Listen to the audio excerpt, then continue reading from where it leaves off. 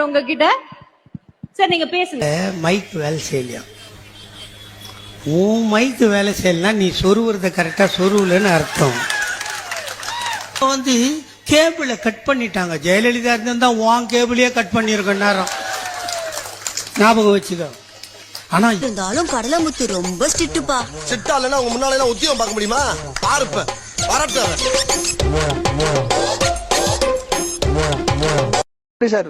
மெத்து விக்கிறவனும் உங்க கூடவே சுத்திக்கிட்டு இருந்திருக்கான், சாராய விக்கிறவனும் உங்க கூடவே சுத்திக்கிட்டு இருந்திருக்கான், அண்ணா யூனிவர்சிட்டியில பொண்ணை கையை பிடிச்சிருக்கிறவனும் கூடவே சுத்திக்கிட்டு இருந்திருக்கான், இன்னைக்கு அரக்கோணத்துல ஒருத்தன் பாலியல் வன்புணர்வு பண்றவனும் கூடவே சுத்திக்கிட்டு இருந்திருக்கான், இன்னைக்கு ஈடி ரயில்ல பண்றவனும் கூடவே சுத்திக்கிட்டு இருந்திருக்கான். எல்லா கிரிமினல்களும் உங்க கூடவே சுத்துறாங்களே, இது எப்படி கிரிமினல்ஸ் எல்லாம் உங்க கூட சேர்ந்துடுறாங்களா, இல்ல உங்க கூட வந்ததுக்கு அப்புறம் கிரிமினல்ஸ் மாறுறாங்களான்ற கேள்வி வருது இல்ல? இதெல்லாம் எட்டாம் எங்க திராவிட முன்னேற்ற கழகத்துடைய ஒரு கடைக்கோடி தொண்டனை நிக்க வச்சு உங்களால ஜெயிக்க முடிஞ்சதுன்னா மக்களை சந்திங்க.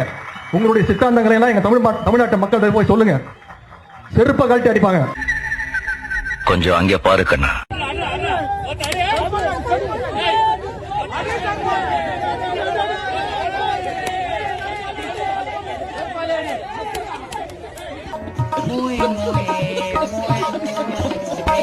உதயநிதி என்ன பண்ணார்?